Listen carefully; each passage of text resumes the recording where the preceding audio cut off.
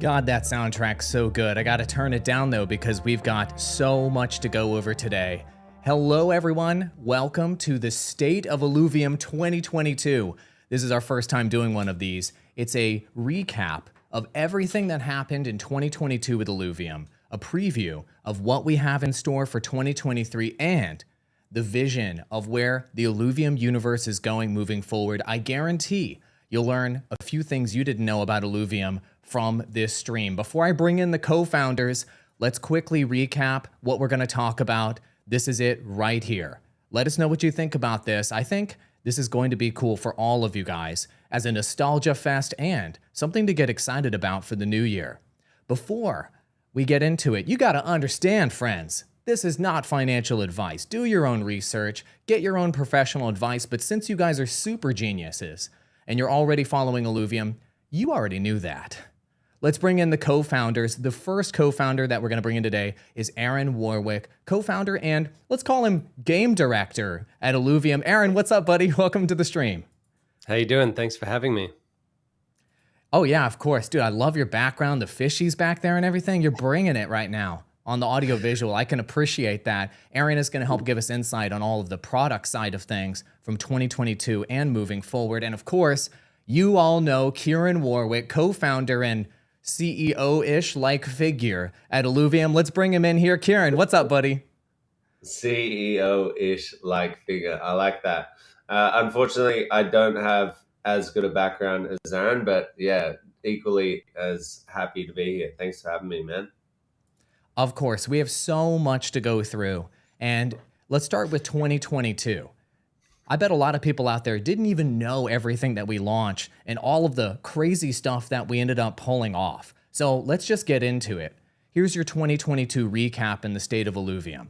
First things first was the Illuvidex launch in Q1 of 2022. So I want to kick this over to Aaron first. What were the essential features we needed to launch with the Illuvidex? Aaron, can you tell us a little bit about that? Yeah, I could probably talk for days about it because we probably bit off far too much for what we could chew at the time. Basically, the Illuvidex is our marketplace and repository of information at the same time. And when you combine those two together, as well as adding onto it a launch platform for various sales that we will have going forward, it was definitely the most complex thing that we had done to date up until that point. As far as what was needed to launch, the repository we have left, it's not in there yet. You can't see the details of the Illuvials because that gets linked with things like the actual captures in the world. I'm still going ahead with that, even though most of the people watching this stream probably have a little bit of extra knowledge that they maybe shouldn't have by getting a whole bunch of leaks, but the actual details will come out as people capture the Illuvials. But the main things were to build us up for the land sale. So it needed to be able to do our entire marketplace transactions. So that is trading on layer 2 on IMX with our custom skins and all of the functionality that goes with it, including things like analytics to see how the price of things change over time. You can drill down into all of the nitty-gritty details and find out exactly what you want to know about any of the plots that we have. But the other big piece for it was the land sale itself, which is like an extension or like a plugin for the Illuvidex. We have another one of them coming up that we'll talk about later, but effectively it was a really simple and clean way for us to show you what was going to be available in the launch. You can see it on the screen there that we had the entire world displayed with all of the plots, and you can drill into each region and find the exact plot that you want to buy.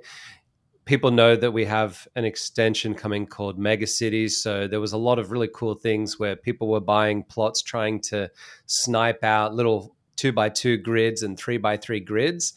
And it was almost a meta game on top of the land sale itself, right? Where people were playing a game on top of the game here. It was exciting to watch that with the land sale.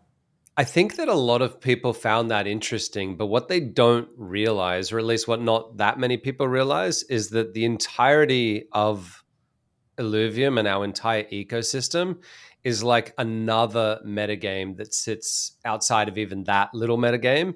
And so we'll probably get into that a little bit later when we talk about what's coming in 2023. But we needed to set ourselves up for success. And so everything that we did with that sale needed to go off smoothly. Just before we did our sale, there were a couple of other high profile sales that were complete disasters. And people were rapidly losing faith in the whole crypto market to be able to do things competently. And so even though we did delay it by a little bit, it was actually planned to be at the end of 2022.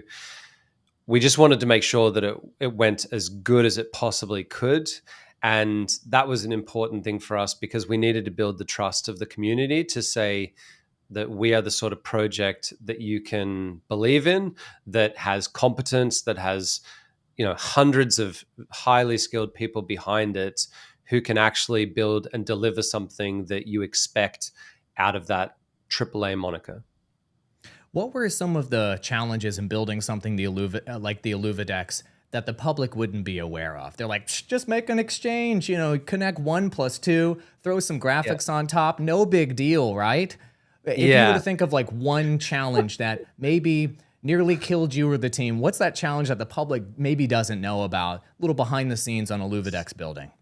So the Illuvidex is not just an aggregate of blockchain transactions. It's already hard enough being a layer 2 solution. There are some differences there that make it different from just having an exchange on layer 1. But the hardest part of it was building it in a modular way so that we could actually put these specific sale events, or there's going to be other events that aren't specifically sales that will go onto there. So effectively looking to 2025 and working out what feature set that we needed for it was probably the toughest part about it. And then you have to work back from there to the different states. And a lot of people have given us criticism about not being able to give exact deadlines for things. One of those reasons is because we don't get a lot of opportunity to go back and redo stuff that we've already done. It needs to work out of the box, and it needs to work for things that aren't coming for 5 years.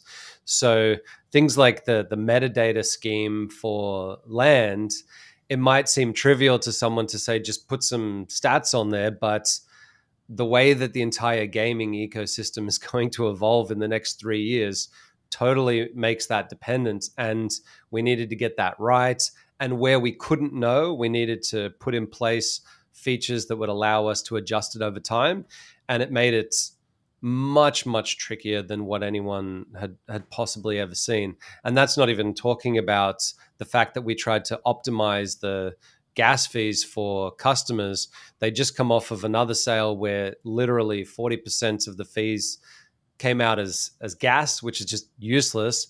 And then for us, ours was just a tiny portion of it. What a waste. But all of those things take dev work.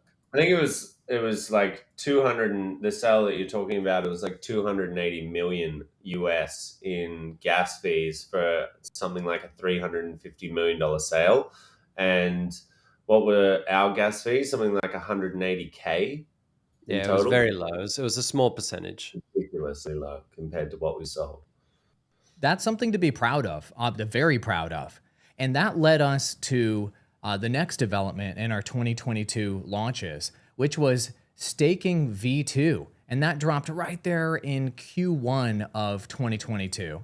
Some people may forget that it launched, but it's there. Lots of hard work went into it. And what were some of those essential upgrades from staking V1 to staking V2 that we just had to implement that necessitated staking V2 dropping? Aaron?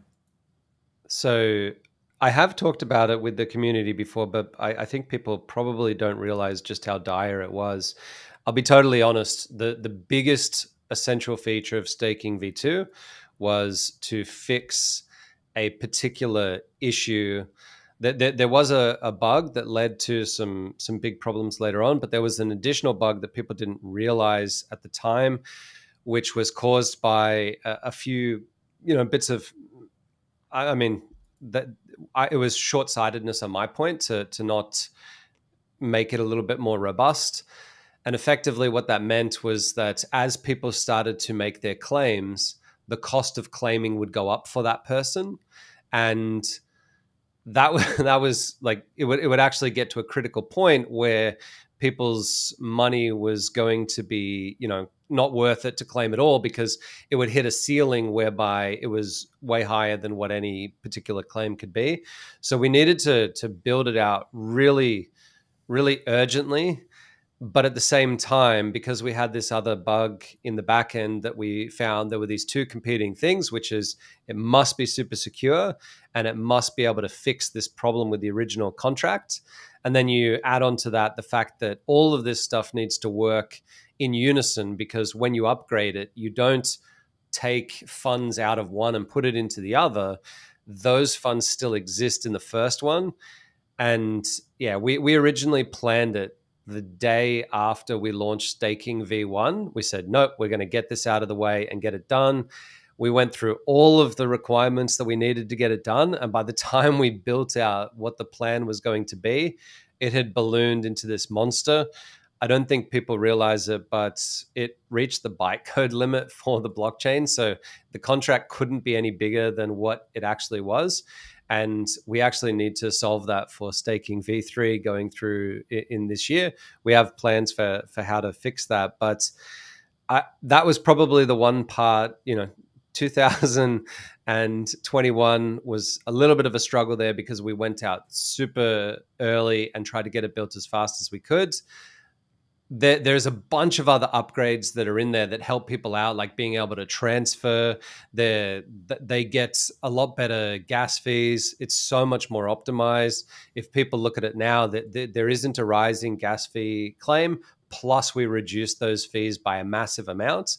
Plus, we added a lot better analytics and tracking for it, a lot of other optimizations. So as much as I want to say that there was this huge suite of things that improved it, I also have to be honest and say that there were some things on the V1 side of things that just needed to be fixed.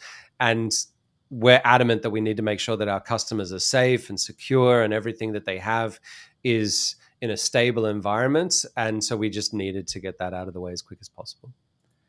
Staking V2, obviously there were challenges that needed to be solved along the way. And guess who that often falls on? The person leading the organization. Kieran, once staking V2 was launched, how did that feel? What kind of relief was that for you? Because I know that was a crazy ride there in the first quarter of last year for you, leading this organization and helping us get through that to staking V2.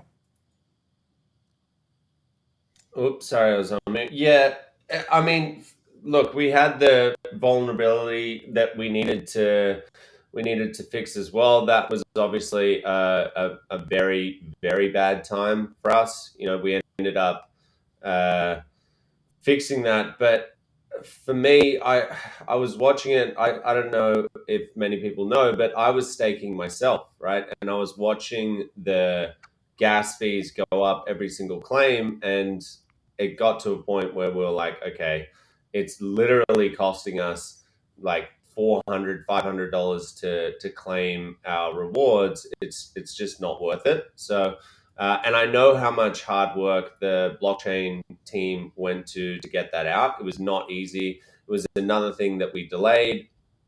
And I guess from my position, I was trying to hold off the community and say, look, we know this is delayed. We know you've been waiting a long time for this. There's a reason for it. There always is. And I think that's the underlying message that we've delivered in 2022 is if something is delayed, it's not because we're being lazy or, we just don't want to optimize things. It's literally because we're trying to make things the best that they can be. And I really think that they achieved that. But then, Aaron being Aaron, it's like as soon as staking V2 was out, he was like, now we're going to do staking V3. And I'm like, Jesus, aren't we? Like, but I think, staking V3, the plans are to eventually migrate that to L2, which would be, zero gas costs at all, which is the ideal of all staking programs. That makes sense. And the whole, it needs to be polished enough and the experience needs to be good enough to be able to share with the public. I feel like the perfect example of that was Illuvium Arena Private Beta 1. The polish that this private beta, I mean, I've played so many closed betas and private betas of games before. The level of polish on this, it exceeded the launch products of easily 90% plus of what's already out there in our space. And so I have to ask you about Private Beta 1. We had to hold off. We had to make sure that the right features were in there. And what were those must-haves, Aaron? You're just like, I've got to have this in this beta before we can show it to everybody. What are those must-haves that had to be in there before we could go out with Illuvium Arena PB1? So probably the main one was we needed to have a range of characters in that beta that would give people the full experience. And we didn't start the tier 0 Illuvials until quite a bit later because we were still developing them conceptually while we were in the process of building out the start of it. So they didn't actually get into the art pipeline until too late to hit this beta. They would have been the perfect ones because they cover all classes and affinities. So that meant that we needed to cover all classes and affinities with other characters inside of that beta. The tricky part with that is that each of those characters has unique omegas and unique attacks, and we wanted them to be as polished as we could possibly make them. So finding that right balance of characters and finding that right balance of different omegas was probably the biggest thing. But behind the scenes, there were two areas that were super important that people probably didn't realize. And the first one is that our pathfinding system and our hex tile system is something that is a lot more complex than what people probably understand. There's still some issues with it to this day, but because we use a deterministic simulation, you can't just use standard math and expect it to work, because we need this to run so that it's the same on one person's computer as another person's computer. That's what allows us to have this serverless architecture for the game where it just runs as a piece of code in the background. But because we're using very small tiles that allow us to make each alluvial appear a certain size, it just adds a layer of complexity that's I demanded going in, but I didn't realize that it was going to be so difficult. There's other games in the genre, Dota Underlords and Teamfight Tactics are probably the two biggest ones that people know, and they have a very fixed quantized size for the blocks. And if there's a character that's bigger than there, they just say, oh, well, whatever. It's just going to overlap with the rest of the characters in the game.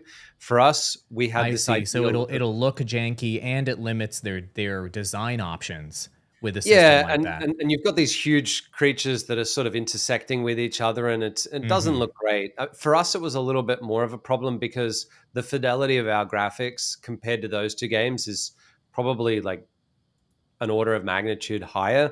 So that means that when you're seeing these battles unfold, you have an expectation that when someone throws a punch or slashes with a claw, that it actually hits, causes the creature that it's hitting to have some sort of a reaction to it.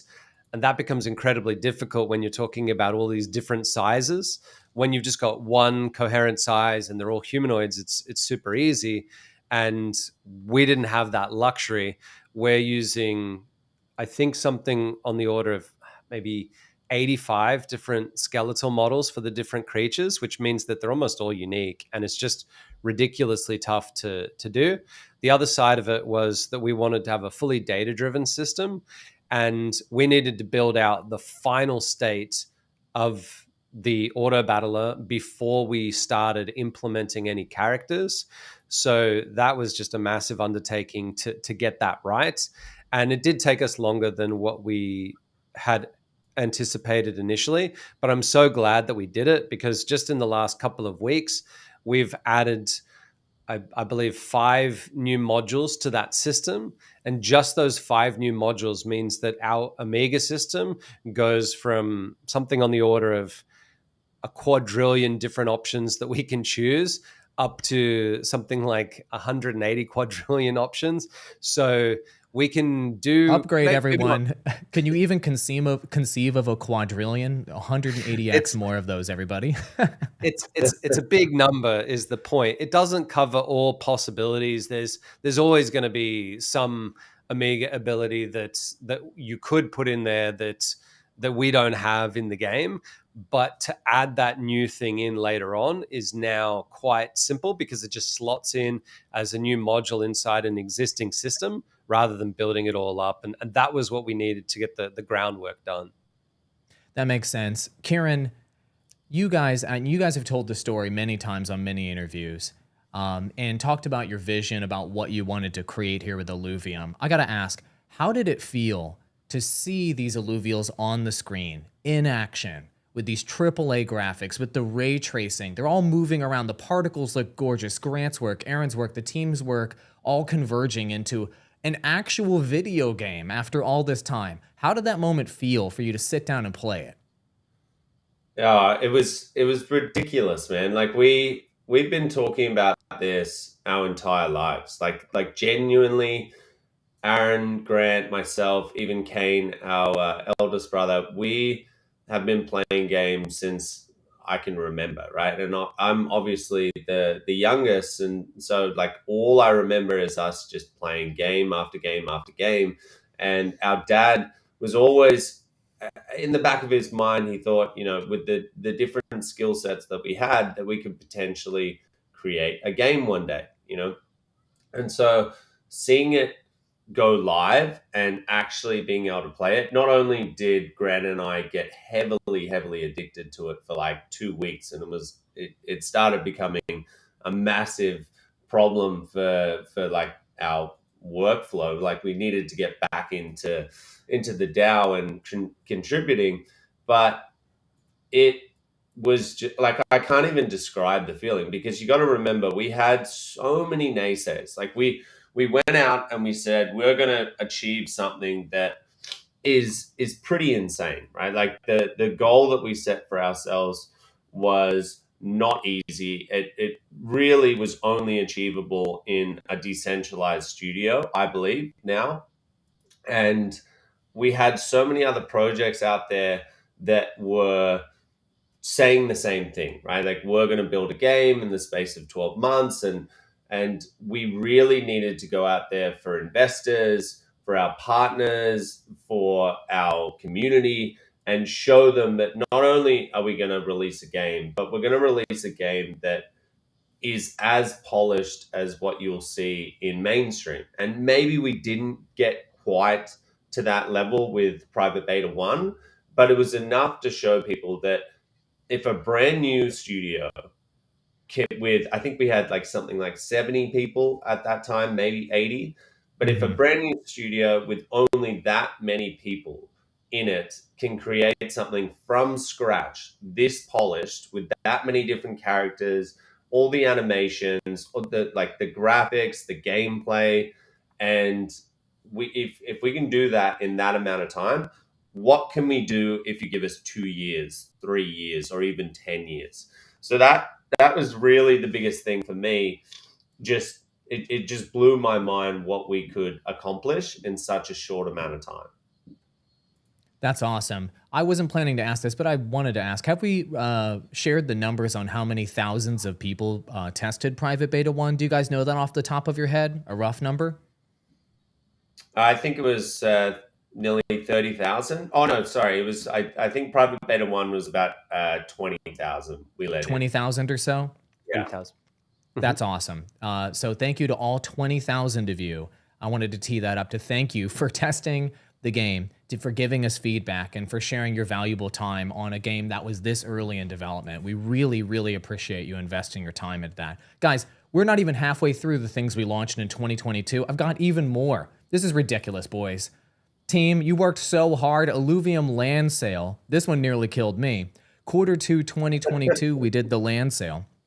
And wow, what an event. And so many of the things like Illuva decks that we talked about earlier were kind of, and the staking and all of that kind of came together to tee us up or to give us the foundation for us to be able to execute the land sale itself. So Aaron, I want to ask you, what was the most unexpected thing that resulted from the land sale, or unexpected challenge that came up while building for the land sale from the team's perspective? I'm curious to know what your take on that would be.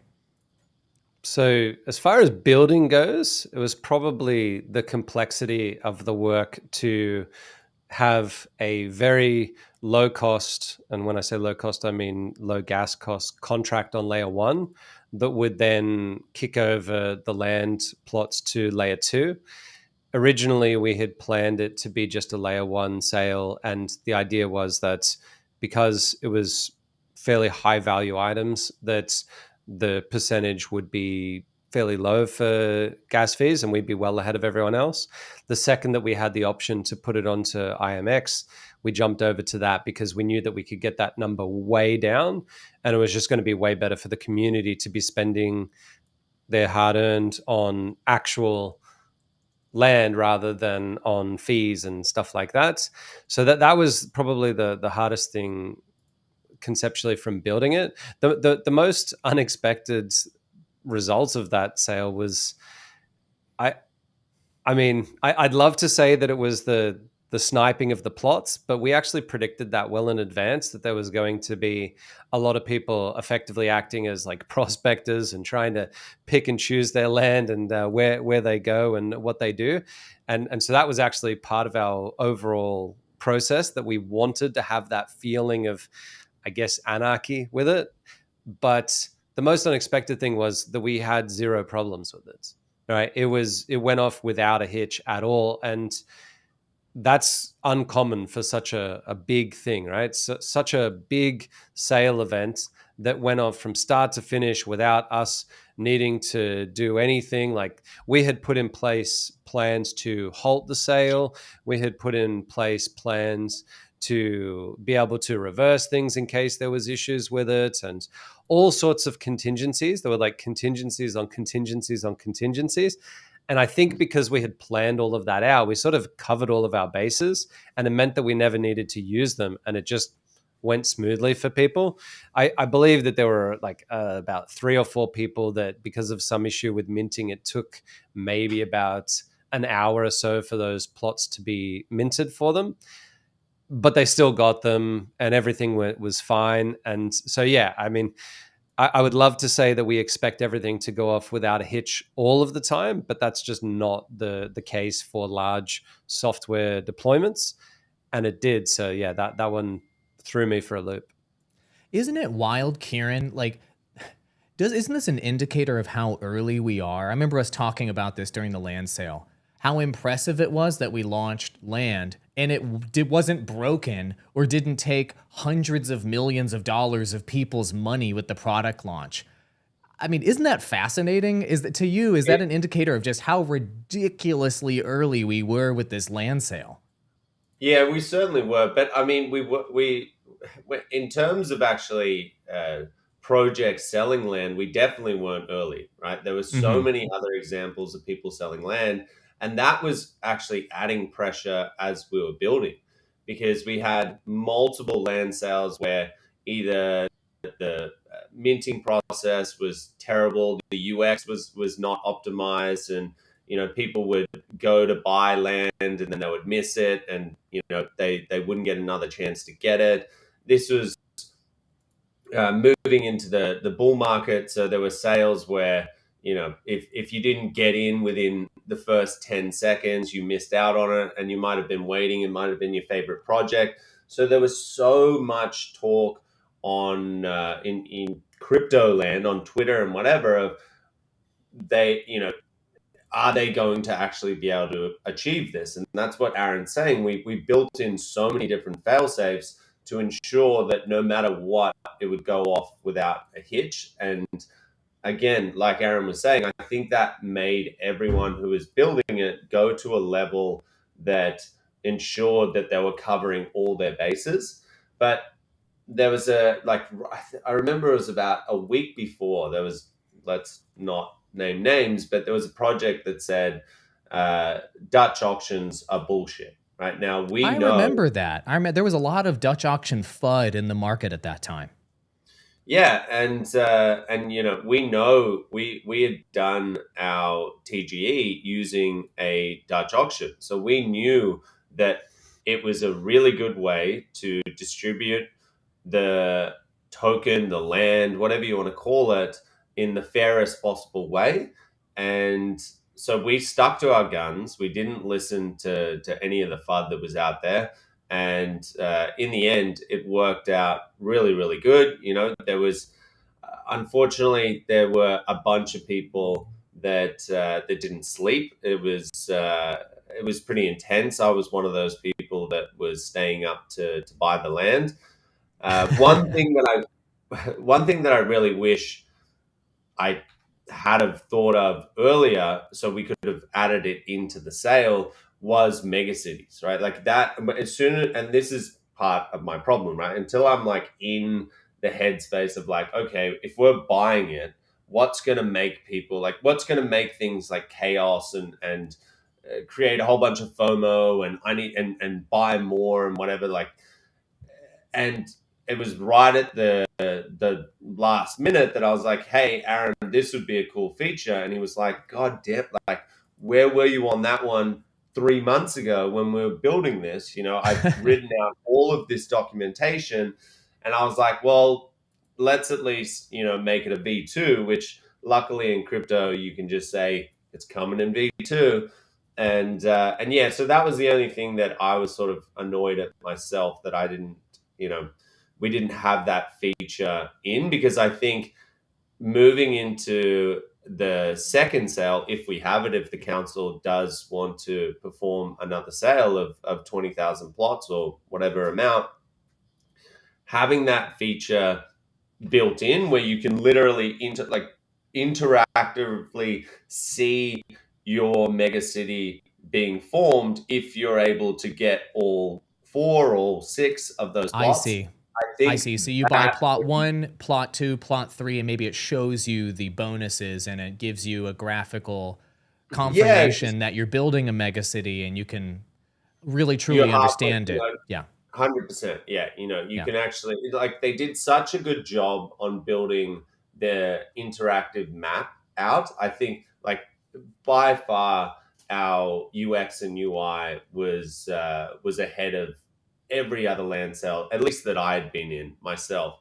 And so, there's no reason why our animation team couldn't make some huge, really cool animation that pops out of the screen and says like mega city complete. You've got a 2x2, or you've got a 3x3, and then it almost makes the event streamable, which I think some people were streaming when they were buying and whatever, but it wasn't exactly that super super exciting thing that I think we can do for next one. But I'm sure Aaron's got a ton of other ideas of how we can make it even more exciting for the next one. Got it. Guys, I'd like to get it. Do you want to get into those ideas? Because we have even more launches to talk about that we did in 2022. Aaron, if there were one thing that you'd want to do if there were another land sale, what would that one thing be? And then we're going to move on to the next launch of 2022. Well, by the time we do the next land sale, we will have Illuvium 0 out. So if I could add one more thing, it would be a live plot viewer. So what you see is the actual aspects of the plot, such as the fact that it has this sort of resource on it or that sort of site, and that's fine. And we did a viewer for that to show roughly what the plot would look like. But I think it would be much cooler to be able to see how someone's building up their land, possibly throw in a couple of features such as a privacy filter, so that if you wanted to peer in and look at how someone's doing it and they have a privacy filter up, you can't. But in general, I think it would be really cool to be able to look at a land plot that you want to purchase and know what the current state of the structures on it is. I love that idea. Yes. And obviously, improving the Illuvidex experience is a huge part of the land experience. They're integrated with each other, seeing those attributes, seeing what you may want to purchase or what you're researching, all a part of this kind of macro economy game. In Q3 2022, there was the Illuvidex V2 upgrade, learnings after the land sale. What were those upgrades, Aaron, from Illuvidex V1 and V2? And were any of them community suggested? Because I tell you what, the community, they had lots of suggestions. They were telling me after that land sale of stuff they wanted on Illuvidex. So what were those upgrades? Yeah, the main upgrades between V1 and V2 were about quality of life improvements, things like responsiveness, accuracy with certain information, being able to do some smaller functions, extra analytics that are available to the customer, things like being able to transfer their land. They originally had to do it using other marketplaces. So there wasn't any groundbreaking features, and a lot of those quality of life upgrades came out of bug reports and features that the community had suggested. So it was really good to see that synergy where people were using it all of the time, giving us some feedback, and then we were implementing those things behind the scenes. But I think it's also important to realize that even if it wasn't some giant hero upgrade, this is what we will do for all of our projects. All of our projects will start off in one state and they will gradually get better over time. We're not in the business of getting something out and then just leaving it to the side after it's been used. These things will gradually improve over and over and over again. If you come back in 10 years' time, it will look completely different to how it looks now. And it'll be based on feedback from the customers. It'll be based on ideas that we've had from necessities, new technologies, all that sort of stuff. And it'll just keep on getting better. I love it. So where do we see the Illuvidex going from here? Let's say V2, 3, 4, 5, 6, 7, 8, 9, 10. Do you have any visionary sort of items or like things you'd want to see from the Illuvidex in the future, or things that we've already talked about to communicate to the audience? I'll give that to you, Aaron. So V3 is all about getting the features that we need for Illuvitas. And if we can get it in, then it'll also be about the repository, which is where all of the information sits inside of the Illuvidex. So at the moment, there's not really an easy way to see, what are the drop rates on a particular region? What are the various Illuvials that are in the game? What are their abilities? Effectively like a giant wiki of information. And more than that, we have this whole system that goes behind the scenes that we're building called achievements, which is all about taking all of the things that any individual NFT does. So whether that be an Illuvial and how it operates in any of the individual games, or whether it be some sort of a plot or a disc or tracking where it's going throughout its history, we want you to be able to see how everything progresses outside of the game. And this is where I talk about having that metagame outside of the metagame. We want you to be able to purchase a Ramfire and value it because it has the highest damage count of any Ramfire in the entire world, possibly the highest damage count of any character inside of the game. We want you to be able to see the level. We want you to be able to see who was the first person to catch a particular one.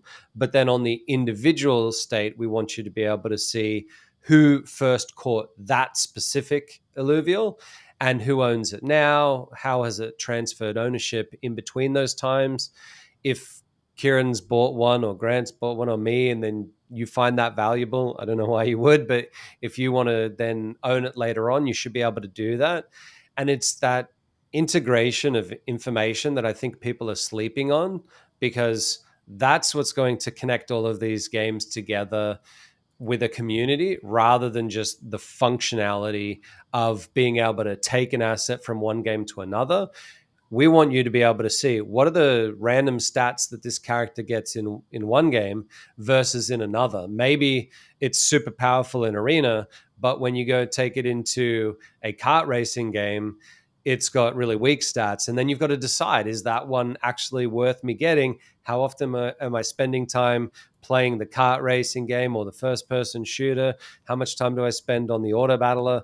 All of those things will tie into everything that we're doing. And it all stems from that Illuvidex experience to be able to allow people to feel like they're part of a world while not just needing to be in some sort of a like weak VR experience inside.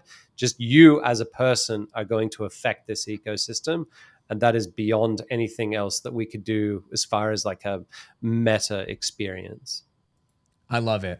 I love that vision for the Illuvidex. Kieran, do you have anything to add there with the Illuvidex, or do you feel like Aaron covered it? I mean, he covered a lot of visionary stuff that we're looking to go into at the Illuvidex. Anything to add? Otherwise, we got Private Beta 2 to talk about. All I want to know is there going to be a feature where you can see what the land plot actually is outputting? Because I think while a privacy filter is good, if you would be able to see, okay, well, this land plot is creating this much fuel, it's going to make it a lot more sought after. And I don't actually know that, so I'm literally asking Aaron live right now. Live right here. It's a live meeting. Aaron, is that happening? It is not a planned feature, but it is something that we will look at. I think it's going to come down to the analytics side of things, but we definitely want to be able to show off land plots by zooming into that map. And instead of just getting down to the grid view where you see all the plots, we want you to then be able to drill inside of there and see the current state of that plot. It would be a fair bit of work to be able to get that extra information out of there. It'd probably be something that I would have to speak to Johnny about, because that whole game is really in his hands at the moment. I don't have a lot to do with it, to be perfectly honest. So in the next 10 years, there'll be some crazy things that happen with Illuvium 0, and there's only a finite number of plots that will be there. So, all right, there it is. That's a really, really good example of how our meetings go. It's generally whenever I come up with an idea, it's like, it's a hard no. Actually, let me go a little bit deeper into it. I'll see what I can do. But there's never a, yep, that's great. Let's go and build that. It's always, probably not. Feature creep is a problem in development. So I think that's a feature creep defense filter that's built up there. Correct me if I'm wrong there, Aaron. No, I mean, I'm the worst. Kieran came to me with the idea for Illuvitas, and the idea that was presented compared to what it is now, it's like a monstrosity that's about 100 times as big. So as far as Illuvitas are concerned, the feature creep bad guy is 100% me. All right, let's talk about Illuvium's Private Beta 2, getting closer to today, moving into Q3 of this year. Guys, launch after launch after launch after launch this year, Private Beta 2 came out with improvements, obviously, over Private Beta 1. And so what were those additional features, Aaron, that came with Private Beta 2 that maybe made this experience more complete? And how has the feedback been from the community and from the development team on those features we rolled out in Private Beta 2? So we added more Illuvials to the mix. We added all of the lynxes and all of the tier zeros. It might not sound like a lot, but that's over 100 units that were added to the game. That's a lot of work that went into that. Put us to the point where we have more than half of our roster done. The other thing was a few more little mechanics that made the experience a bit better around things like being able to roll back to a previous level, augments, interest. There's a number of things that went into there. Mostly they were seen as positive changes. Augments, I think we still need to do a little bit of work on to get that right. And we're in the process of doing that as we speak. We have some pretty cool ideas on how we can make them better. The other things like interest and stuff like that, I think everyone was super happy to experience that. There is one more feature that would be in survival that people don't know about yet that will go. I'm not even sure if it's going to get in there for Private Beta 3, but I think once people see it, they'll realize the utility of it, and it'll be very cool. It'll be a way for them to connect through to the overworld and a couple of other things that they can do. So that's pretty exciting. But overall, I would say that even though there was a massive number of new features and units and stuff like that, it was still a little bit more incremental in terms of how we did the developments. There's still a lot of things that we need to do that we haven't. We're not focused particularly hard on the UI at the moment, which does make the game a little bit tougher for people to learn. And there are a few things that we still need to optimize. It's a complex game, and there are a lot of systems involved in our arena game. And so I think the UI improvements would definitely be welcome. That's awesome. And so, Kieran, I remember we went to the very first ever together Australian Crypto Conference, and we had Private Beta 2, fresh build on all those computers. We had kids, grandmas, everybody that you could possibly imagine in there. I was just shocked by the diversity of people that were playing Private Beta 2. What were the reactions that you saw on the floor there and with people that tried out this build? And did it surprise you, any of those reactions that you got when you saw people experiencing the game for themselves? Well, I mean, firstly, when I played Private Beta 1, and I'm a huge TFT fan, it's one of the only games that I've played continuously over the last, 5, 6, 7 years.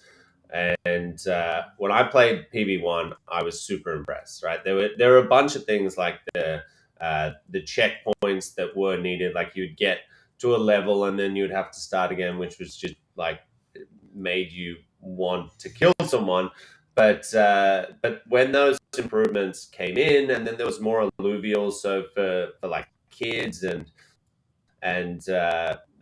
people who love collecting games, seeing that diversity of the characters was huge, right? And we had so many. The demographic was just crazy at that conference in on the Gold Coast. And watching people play for the first time, because I mean, playing it yourself is one thing, and getting addicted to it. Grant and I were literally sitting next to each other, just like, how is this even possible? But then watching other people and their reactions, and you would watch them lose a battle after they'd gotten, up to, stage 8, 9, 10, 11, and they would be in despair, like, oh my god, I got to get back in. And then you'd have someone else like, no, get off that computer, you've been on there for like 30 minutes. People were camping those computers. They came back as soon as the exhibition hall opened, and they wanted to get a piece of this PB2. Yeah, and that was the craziest part about that is, and this happens a lot, I've spoken about this, is Aaron and the devs, they tend to not tell me when something is going to happen, because they know as soon as I get hold of something, I'll go crazy, right? Like I'm because it's ridiculous to me. Like the whole thing that we continuously releasing and releasing and releasing, and we're building so much cool stuff. Like it's just it's mind blowing. And then Ben said to me, no, it's not possible. It's not ready. We cannot do it. And then all of a sudden we're there and you're installing private beta. And I go up to a couple of the people early on. It was like the morning, the first morning of the conference. And I see an Illuvial that isn't in private beta 1, and I'm like, whoa, what is happening here? Like there must be some kind of glitch or something. And then you looked at me and you're like, it's private beta 2. And I was like, what? Are you kidding me? And so that reaction for myself was ridiculous. And so I tried to personally, after that, stay away, because I literally got addicted to playing private beta 1, and with the add-ons that they had in private beta 2, I knew that they were the things that were missing out of private beta 1, right? Like all the new Illuvials that they had in, the addition of augments was so much, just made it so much more complex.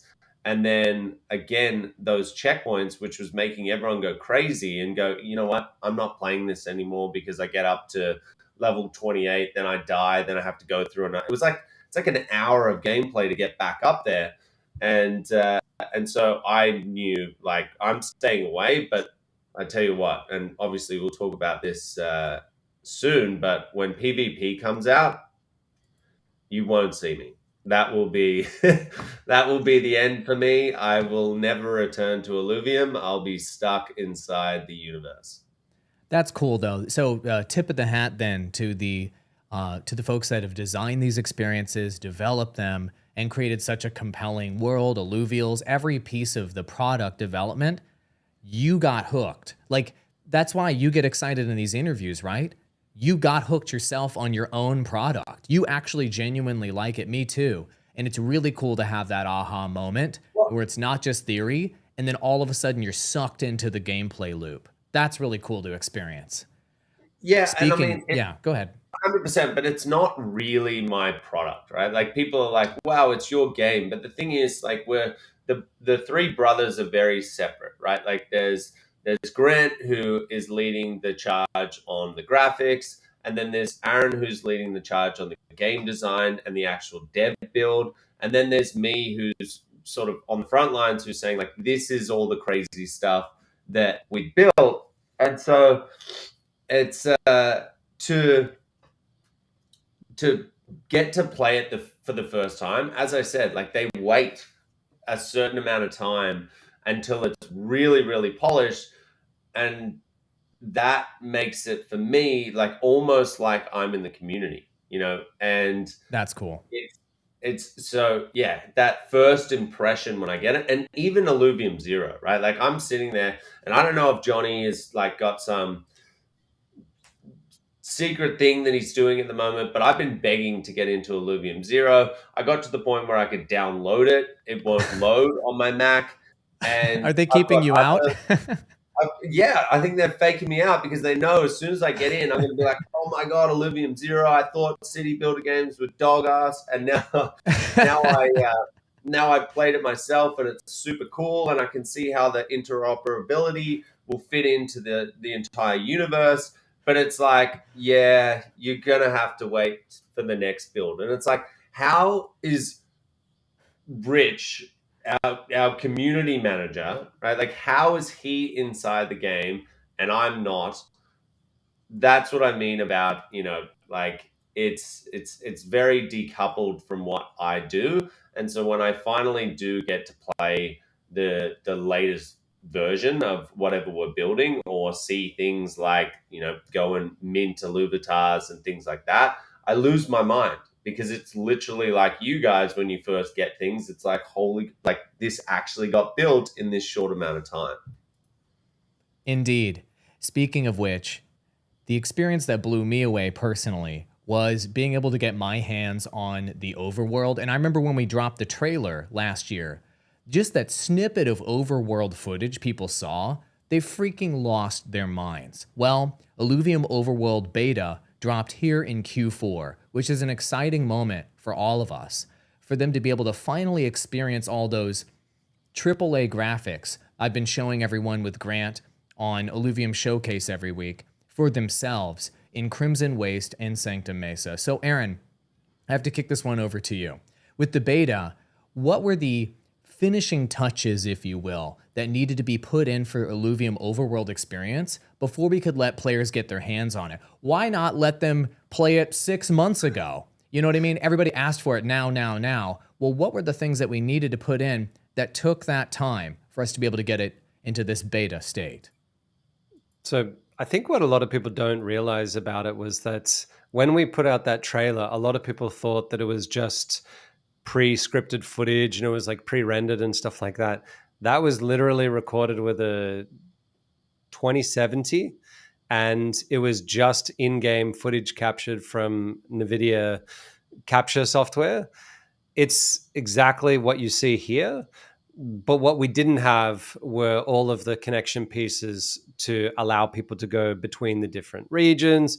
We didn't have the ability to allow people to connect to a region, go and collect and get their own personal stash of things in there. There was a lot of collection features that weren't done by that point last year. But we had already done all of our look dev. Of course, I was not part of that at all. That's the art team that goes through all of that sort of stuff. So I just got to enjoy looking at the quality of it all. My only contribution was the movement mechanics and just the design of them. Then that was taken over by the dev team, and they spent hours and hours polishing it to the point where it looks really, really fantastic.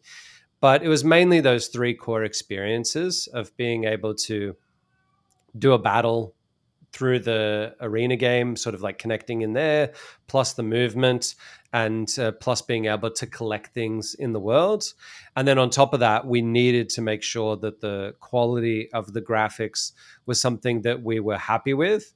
And our point that we said we're done with the region, so Crimson Waste, when we said we're going to stop on it, was at our 80% mark. So there's still a 20% extra push that we can do to optimize, make things look nicer, make things more interactive. There's way more things going in there. And that was super important for us to make sure that we at least had some level of quality of all of those different features. There's things that we've deliberately kept out so that we can force people to go through the fairly grindy parts of the game, because at its heart, there is that grind to it. And we wanted to make sure that people found that enjoyable. We've been blown away by the feedback from the community, loving the grind, loving the experience, all of that sort of stuff. I'm probably the most negative person on the team when it comes to the product, because it's like me designing it, and I'm always thinking that it's not where I want it to be. And then I push the design team to go further and to push it. And they always come up with amazing features that make it better and better and better. But they don't get enough credit, because I'm just always like, yeah, but what else could we do? What more could we do? I say this to Ben, our lead game designer, all of the time. We'll get on a call and I'll say it needs to hit X, Y, Z criteria. And I refuse to accept that we can't find that. And he'll say it's not possible. We can't do all of those things together. They're mutually exclusive. Let's just go with X and Y, and we can, find another way to get Z through some other experience. And I'll just say, no, we just need to get it done. And then I'll leave it over to him, and he's got to come up with brilliant strategies on how to get those experiences into the game. Little things like the dimensional stability, that was his brainchild. And I just threw at him, we need to make it such that the player can't just steamroll everyone. Give me a perfect solution. And come back a week later and it's like, this is what I've got. And it's brilliant, and we still have a lot of things that we need to improve and add into there. And I'm always going to be that person who looks at it from the perspective of what's wrong and how do we fix it. But I think that in the end, that hopefully will make people happier with the end product, because there'll always be that drive to just make it a little bit better all of the time. And I know that Grant is exactly the same as me when it comes to the graphics. It's always, it looks good, but why doesn't it look ungodly amazing? And he always had this vision in his head that it was going to be the best graphics that you could possibly get out of a video game. And I was like, well, we can't do that. We don't have a team of 1,000 people. How are we going to do it? But it's just, nope, go do it and come back to me when it's done. And then the art team goes away and they come back and they say, here you go, best graphics that you can get. And that just seems to be a formula that works. People out there said, you don't even have a game, Kieran. They said, where's your freaking game? It's just vapor. It's vaporware. Fake project, scam, lol, dead.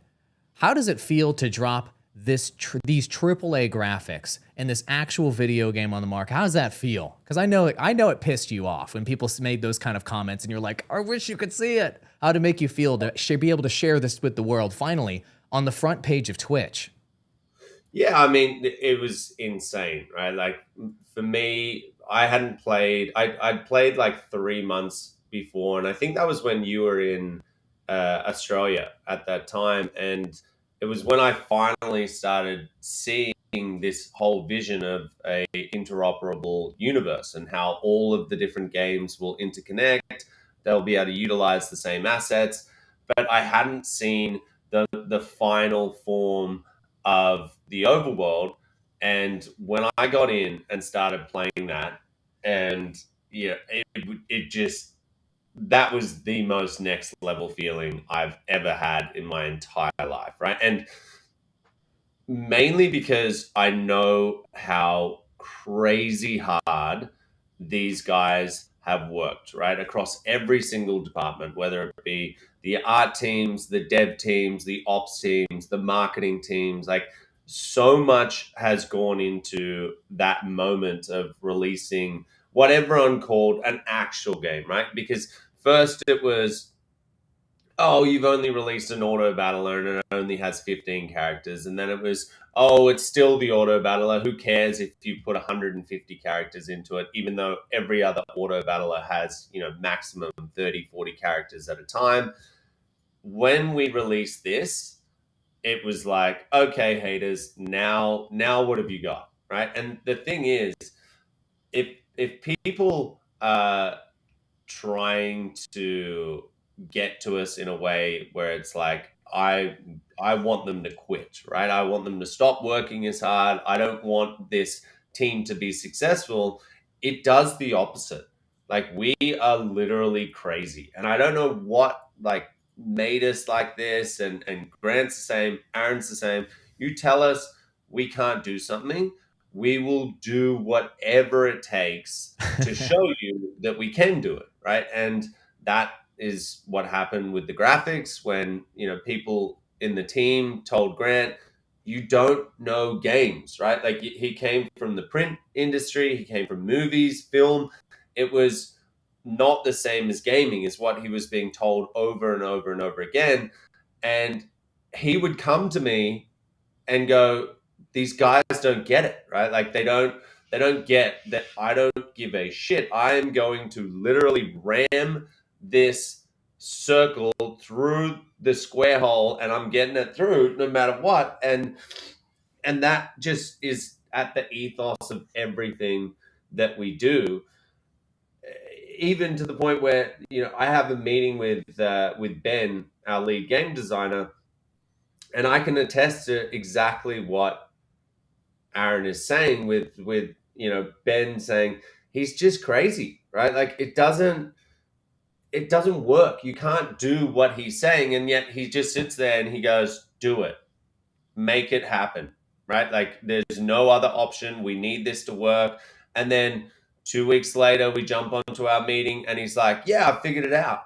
And it's like that type of thinking and that just relentlessness to create something that is actually quality inside of this space is what sets us apart from so many other projects out there. And I know that there are other projects that are coming out that have the same quality or are at least close, but there's just something about the team that we've built.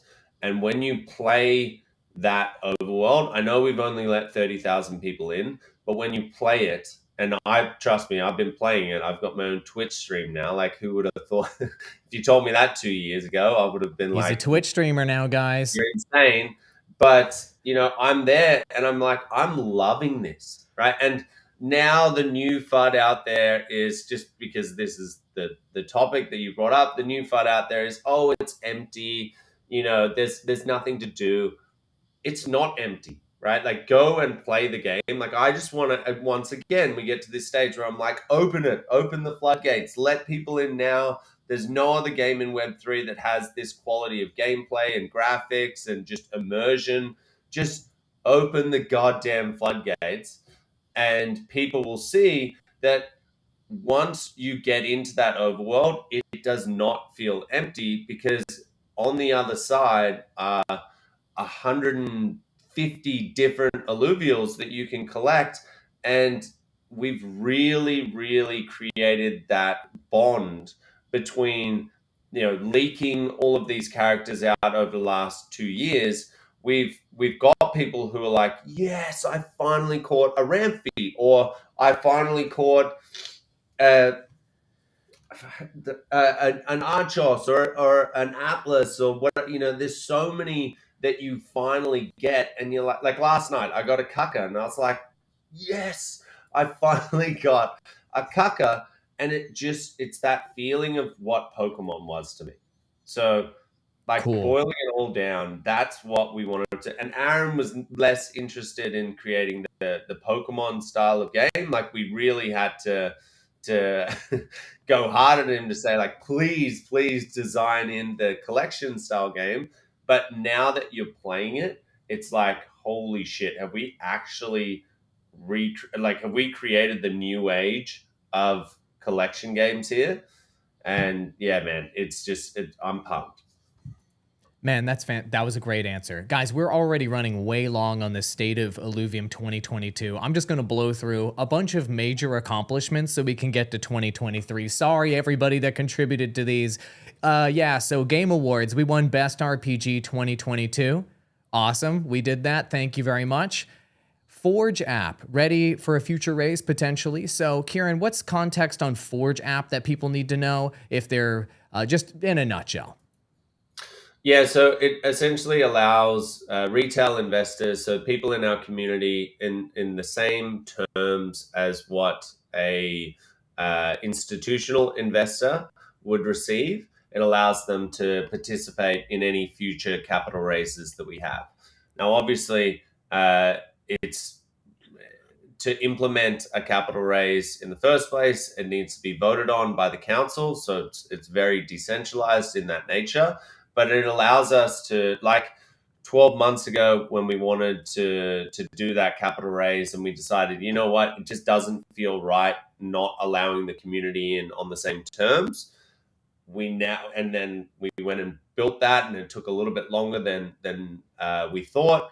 Now we have that there in our pocket. So the next time that we do a large scale capital raise, we can offer it to people who are diehards in the community who believe in Illuvium. And the way that it works is there's large lockup times. So it's really targeted at those people that see this grand vision that we have of we're not going anywhere for the next 10, 15, 20 years. So if you want to get the most value out of your investment, then you won't mind locking it up for that longer period of time. And yeah, we think that once that's actually implemented and it's available and people see how cool that is, not only do I think our community is going to be super excited about it, I've already said to Aaron, I want to start licensing the Forge app out to other protocols because You're such an entrepreneur. Build technology, white label it, license it, revenue, ching, ching, ching. Give me the I money, see where your brain's going. And not give me the money, give the DAO the money, because I want the distributions. Yes. That economics model that we've created, I want that to start chugging along and actually, giving value back to investors. But yeah, I think it's that cool. And it's little things like that where we've just been building them. We haven't really marketed that, at all. And that's like entire protocols that are out there. If you look at different DeFi applications that are out there that have, 20, 30, $40 million valuations, it's just a product like that, like a single product. And so I know you said to be short, but one of the things that it's okay, dude. One of the things that we are really excited about is we've got a strong blockchain team. Pedro, who heads it up, he's exceptional at what he does. I think, we got him at such a young age, but we want to build DeFi tools that we can start to license out to other protocols and then earn revenue from that. And again, just fill up that vault so our investors, the ILV holders, are getting benefits from us building these DeFi applications that are, not only benefiting Illuvium, but helping out other protocols as well. Okay, that makes sense. I'm going to blow through these next ones. We got to get to the 2023 outlook. Everybody's looking forward to audience growth this year. Obviously, when you have such an incredible looking product and with such polish, it's relatively easy to market. YouTube, we've almost hit 50,000 subscribers. Discord, 200K followers. Twitter, 350,000 followers and counting. And obviously, registrations for our game is 1.5 million and counting. 2 million, roughly, back of the napkin math here, followers and audience for Illuvium. That has roughly doubled this year. So great job to the marketing team. And really, it's all about this product, right? If we can just get this product in front of somebody's eyes, just show them the product is what I've been yelling since I've been here at Illuvium. It's so compelling that people follow and they jump on board. So audience growth has been fantastic this year in 2022. Let's get into 2023, boys. My gosh, that was just so much just from 2022 that we pulled off. This next year, though, Illuvium 0 beta is here, it's not here. It's going to be here soon. So Alpha. Everybody's been, what's that? Alpha? Oh, I'm sorry. I called it beta on accident. Alpha. I'm sorry. I used the wrong wording there. My apologies, everybody. I screwed it up. So what should players expect from the IZ Alpha? I should have worded it. Aaron. They can expect a very clean experience. I think Alpha is not doing it justice. I know that Johnny probably wouldn't want me to put extra expectations on it beyond it being an alpha. And there are definitely some parts of it that we'd probably both agree are alpha, but it's such a beautiful game. It's just relaxing and simple. It's just like a peaceful sci-fi version of something like Simpsons Tapped Out. And you can just sort of get lost in it. The UI is, in my opinion, quite good. We still have room to improve to make things a little bit easier to see. There's optimizations that we need to do to make sure that it runs on lower level devices. But once we get all of those individual animations in there, people are going to love it. I think something that they should realize is that it's not a 3D game. It's 2D isometric, but the actual renders all come from 3D objects, and they're not just 3D objects that are there. They're actually 3D and rendered in the region that they come from, right? Every individual building comes from the region that it's in, right? So things like the reflections off of the grass in Brightland Steps, or the little bits of blue from the specular highlights of the water in Halcyon Sea, that is all there, right? And it took a massive amount of time to render. I'm glad that I didn't have anything to do with it at all, but they just literally have got so many assets in there. The game by itself, I believe, sits at something like maybe 3 gigabytes, something like that. It's pretty massive, considering that the overworld is 10 gigabytes, and that's including arena as well. So it's quite a big game. It's got beautiful art in there. And overall, we just think that people are going to have a lovely experience playing it. Like I said, there's definitely things that we want to get some feedback on, stuff like that. But overall, they should expect something that is in line with other Illuvium products. Kieran, what do people need? And by the way, this is never before seen footage of the alpha right here, captured by our team. But Kieran, what do people need to do to be able to get access? I mean, you have to be a landowner, correct? Yeah, so we've gated it so you have to be a landowner, and this is another situation where we said that land would come out at a certain time after the land sale. I think we said 4 to 6 weeks after, right? And then we decided to go pretty next level. Johnny wanted to add in a whole bunch of stuff into the gameplay, which makes it, I'm being told, makes it much more immersive. I'd love to know, but I'm not allowed in to all this salt here, man. Wow.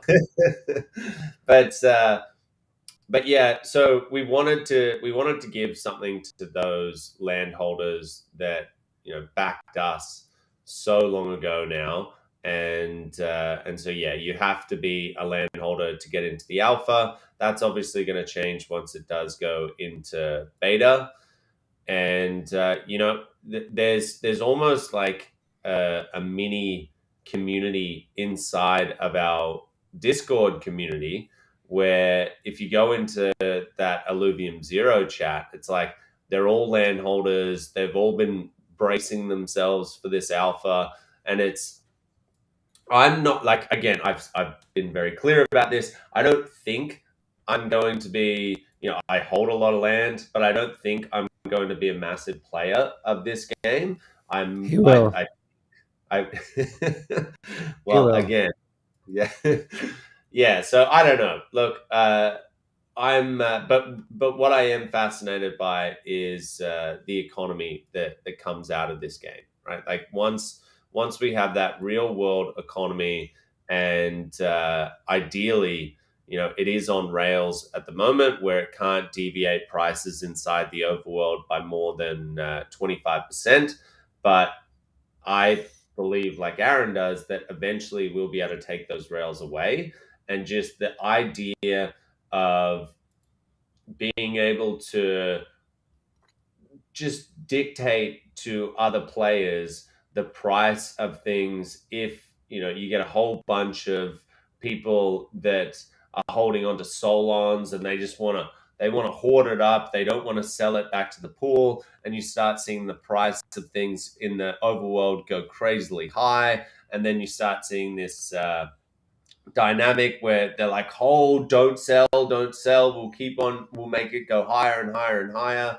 And then at some point someone's like, well, I'm getting too much money for my fuel, so then it's a landslide of everyone selling. Like that's what really interests me about Illuvium Zero, the agency that it gives you on pricing inside of the overworld. It makes it like this Eve Online situation, which you know that in itself is just ridiculously cool to play as a game.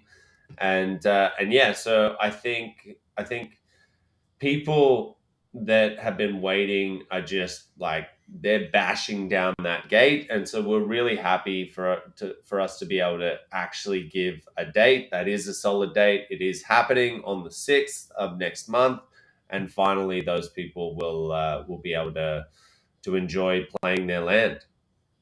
Very exciting. And we've got yet another 2023 drop, Illuvatars in Q1 2023. In a nutshell, Aaron, it's hard to communicate something like this because it has many layers, and it's deeper than just a JPEG on that you have to pay insane gas fees for, right? So in a nutshell, can you just summarize what Illuvatars are for everyone out there that's not familiar?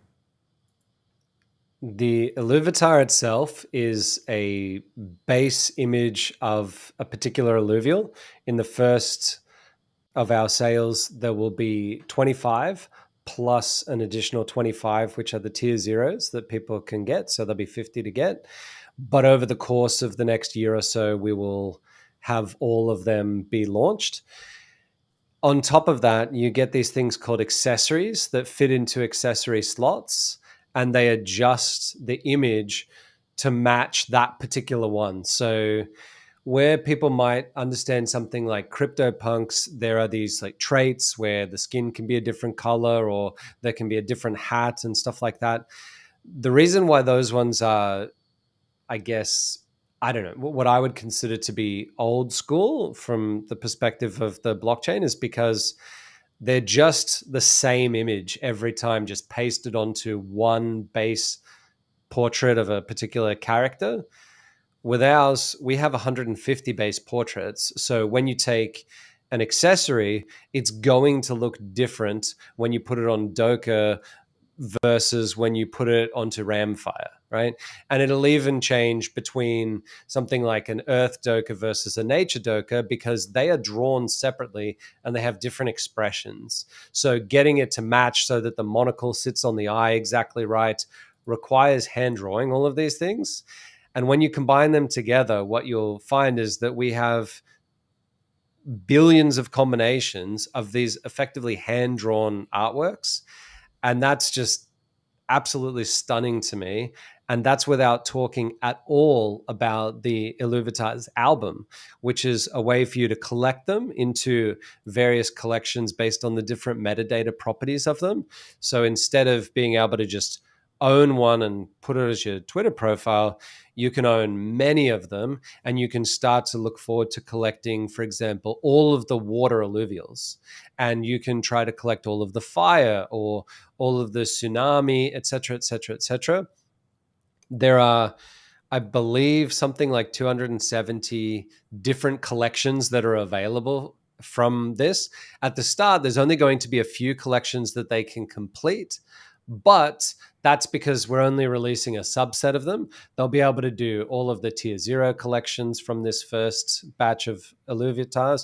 They'll also be able to do a couple, such as, I believe, the Axolotl collection is something that they'll be able to get their hands on.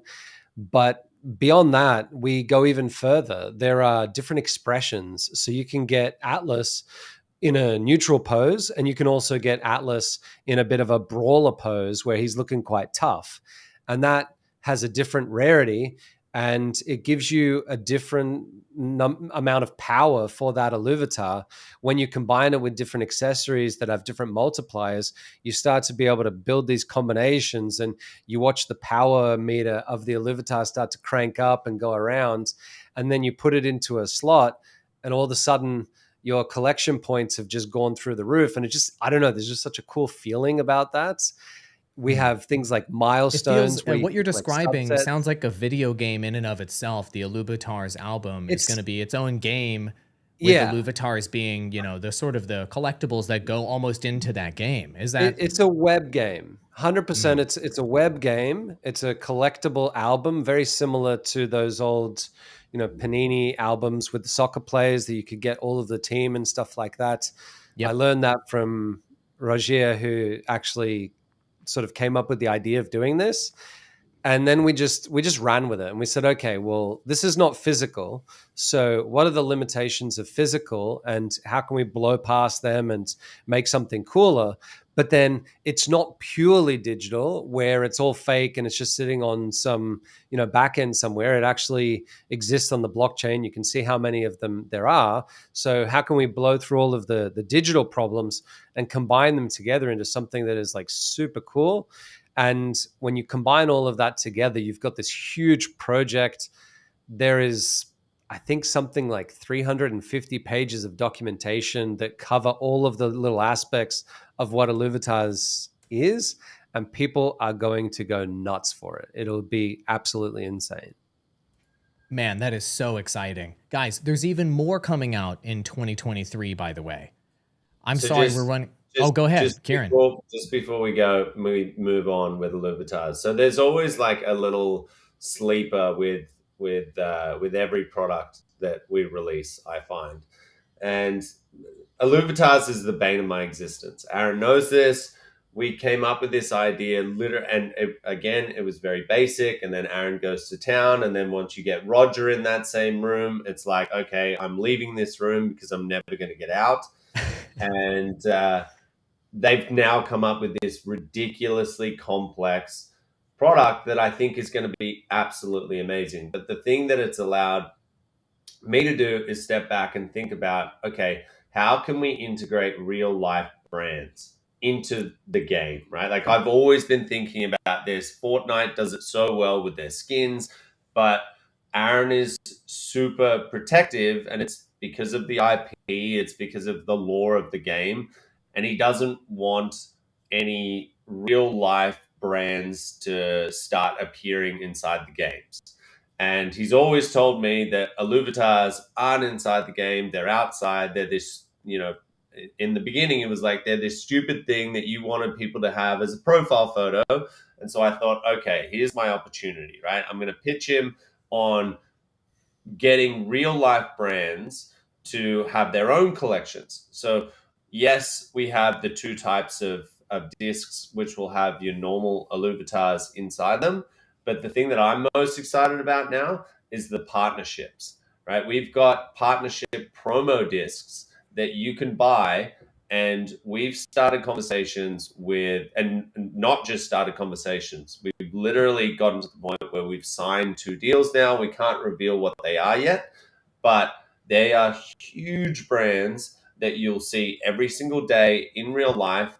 And we literally want to get that product to a point where we partner up with someone like a McDonald's, and instead of it just being your digital Illuvitar, with that, you might get an Illuvitar coming in your Happy Meal, right? Like things like that, where it's bridging the gap between the digital and the physical, and that gives us the opportunity to market to such a new audience that wouldn't ever be interested in crypto, but you're looking at it and you're like, well, that's a really cute Illuvitar or creature or character or whatever you think it is. You know, if you get an Atlas Illuvitar that ends up in your Happy Meal, you're probably going to be pretty happy as a kid.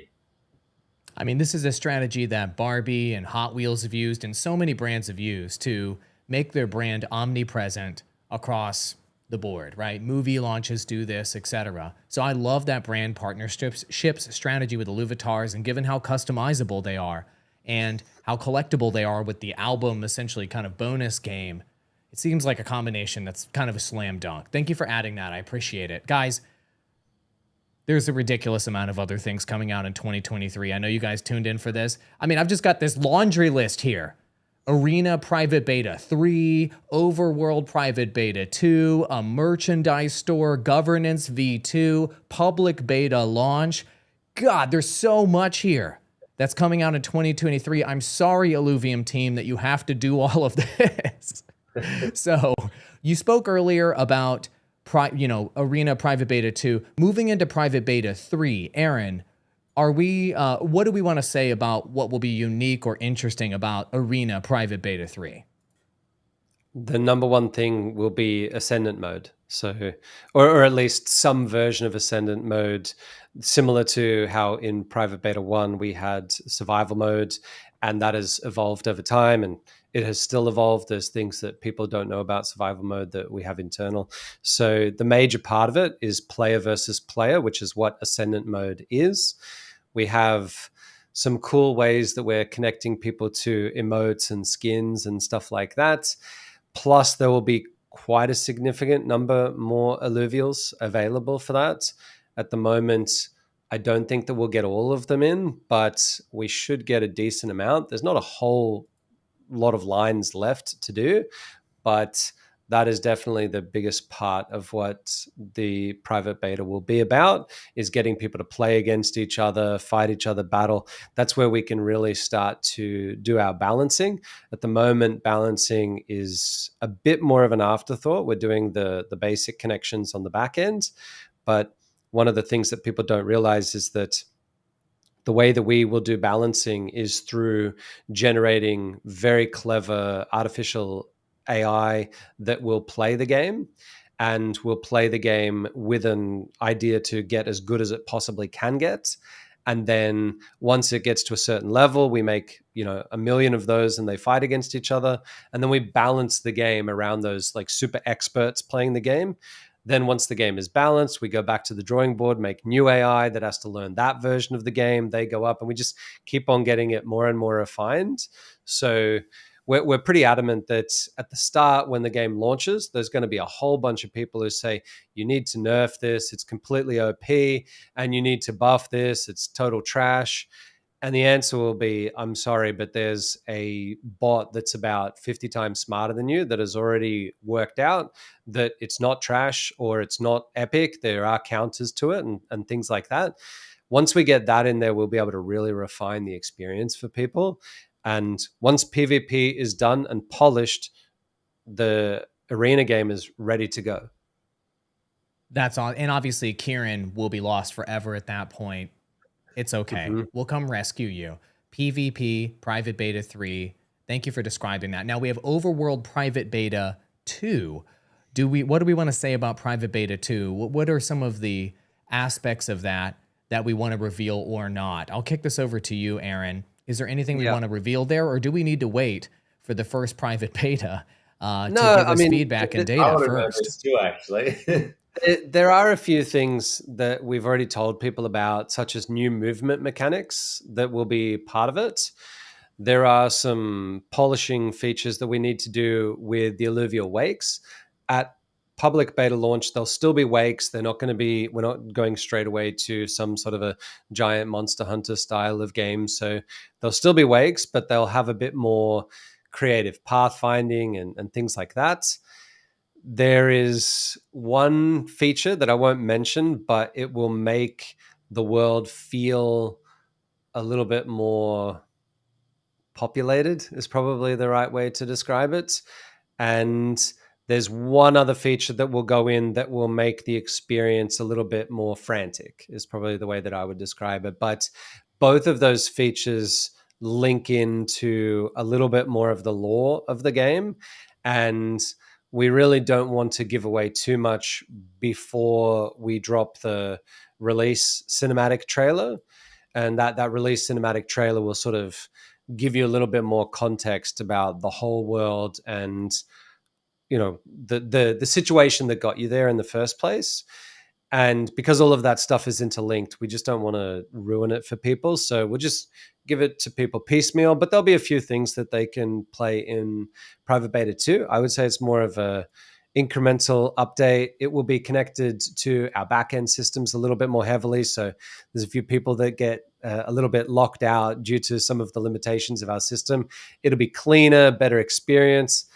And the final part of it is that there'll be 2 more regions if we can get it in time. There'll be definitely 1, but I'd prefer to go with 3, even if the 3rd region is a little bit more blocked out. Maybe it's not at that 80% polish state, because people will understand what our level of 80% polish is from the other regions. But I have a sneaking suspicion that we might be able to get it in. That's very exciting. Overworld fans rejoice. A lot of great information there. On the slide, I had merchandise store. Now, we've showed some leaks of prototype designs of merchandise and stuff like that on Illuvium Showcase. What do we want to say about merchandise, Kieran, in terms of 2023? Yeah, so this was one that we were really trying to get out before the holiday period. Look, building an entire pipeline from start to finish is a little bit harder than I thought, and we've gotten to a stage now where the actual storefront is ready. It's connected. It's going to be inside the Illuvidex, but the range that we have is just not quite there. So a week ago, we got samples that were sent to the office, and I would say we're about 85% of the way there. And it's very similar to how we do everything in Illuvium.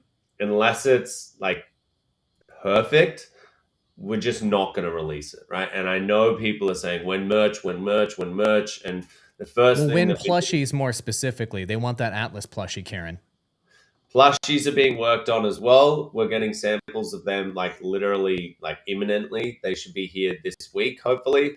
Obviously, with Christmas coming up, things have slowed down the post, but everything is being built, and I can assure you it's going to be like, I'm very, very obsessed with not that obsessed, I guess, but I'm into fashion, right? And I know what is good and what is not good, and we're absolutely not going to release something that isn't super high quality, that isn't in the price range, that fits across the board. There are going to be some pieces which priced a little bit higher, but they're going to be really nice fabrics that are, you know, super durable and really cool designs. And then there's going to be more of the basic stuff that just has, you know, prints of Illuvials and stuff like that that are in the cheaper side of things. But there's going to be something for everyone, and I promise you it is coming in 2023. We're doing everything we can to get it out in Q1. So I don't have a date for you, but as soon as we get to that point where we're happy with the garments and the designs and stuff like that, we'll be there.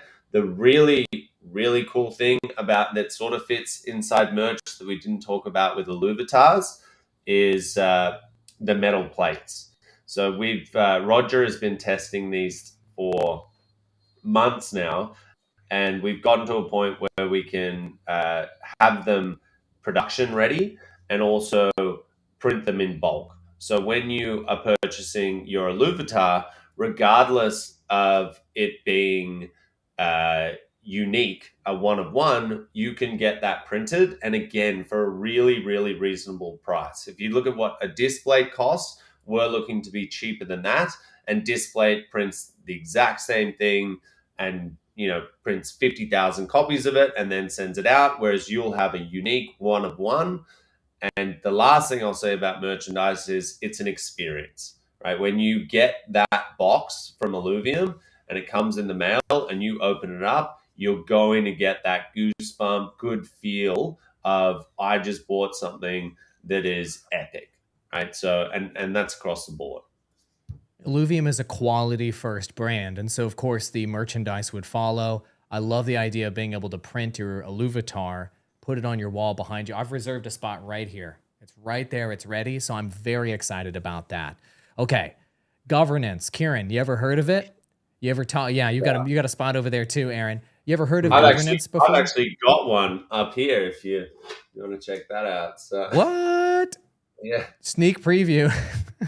Yeah, so that was sent to me by Roger. It's actually signed by Roger. It's the first Illuva plate, if you will, in the world. But yeah, so Gov V2, I made a tweet about this ages ago, and where it came out of was I've been on the council for pretty much every epoch, I think apart from one. And one of the things that has come out of those councils and certainly the meetings is we sometimes don't have the right diverse mix of people that are discussing the different proposals that come through. And so we wanted to, number one, get more people with more expertise looking at proposals and deliberating on them and saying, okay, is this actually valuable to the protocol, or is this going to be, too much dev time, or not effective enough? And so in that case, we're going to vote it down. So that was the first thing. And the second thing is we wanted things to be more decentralized. So that we needed more people to be inside of the governance process. And obviously we are decentralized in the way that all of the token holders vote in the people that end up on the council, but the decision making being 5 people, it's not the most decentralized model you can use, and it's definitely not the most efficient. So governance V2 is all about bringing in more people into the process. I think in total, and shout out to Rich for actually putting this together. I've been saying we're going to create it for a long time, and it's just been shoved down on the list of things to do. And Rich really just took it upon himself. He said, you know what? Tell me what you're thinking. I'm going to then give my thoughts. We're going to put it all on paper. And he's come up with a really good system. It's now being reviewed by our in-house counsel. And we're hoping to have that. I think the council was like, if you don't get this back to us fully reviewed by the 7th of next month, then we are releasing it to the public, and that's it. There's no more delays there. So yeah, that is going to be shown. I'm not sure how we're going to transition into governance V2. There needs to be a new vote, but again, it's up to the current council how we make that happen, because there's 25 plus new people that need to come into the governance process. We really need to work out, do we end this epoch early, or do we launch into it after the end of this epoch? There's obviously a bunch of technical stuff that we need to build in the background for this as well, which Aaron probably is going, get the hell away from me. You're not touching our devs. But it is something that we really need to build into it, because we want our own systems. We want better voting processes. We want better nomination processes. And yeah, overall, I think it's after 2 years nearly of being decentralized and governed by the people. I think it's definitely timely for us to step into this new optimized model. Very good. More decentralization, more diversity, more expertise with governance v2. All of those sound like positive things to me. And the last item on the list is public beta launch. Aaron, what does a public beta launch entail? What are the pieces of that? Then, after you answer that, we're going to move into Illuvium's vision and end the stream because this has run quite long. So much good information. Public beta launch. What are the pieces and components involved? Aaron. All three games need to be through a quality control process where we're happy for them to be launched to the masses, where anyone can download, anyone can play. Obviously, we have a large free-to-play component of the game, and there are a lot of features that people will be able to do without giving any money into the system. So we just need to make sure that all of those are optimized and we're streamlining people towards understanding all of the different features of our ecosystem so that we can onboard them to eventually become not just tier 0 players, but tier 1 through 5 players. The other thing that we need is a few more pieces that will be available on layer 2 to allow our not really the financial side of it, but just the ability to trade fuel for other tokens such as ETH and things like that. There are a number of ways that we can go about doing that. We would love to go with the best way straight out of the gates, but it does require some extra functionality to be available for us in the next couple of months so that we have time to build those features. But that will basically be the interconnection piece between all of the games and each other in terms of the token and the fuel. Then we need to interconnect all of them from the perspective of the blockchain. That's actually one of the easier things that we can do now because we've done a lot of the work upfront in building out our back-end systems to be able to do all of these things. So, just little things like when you want to buy an Illuvitar, for example, you trade some amount of ETH or SRV2 and you get that Illuvitar. Our back-end sort of makes a request for IMX to be able to mint that for you, and then it hands it off to you. So there's always this like custodial piece that we need to build out for all of the games. One of the beauties about Illuvitars is that it does test out all of those systems perfectly.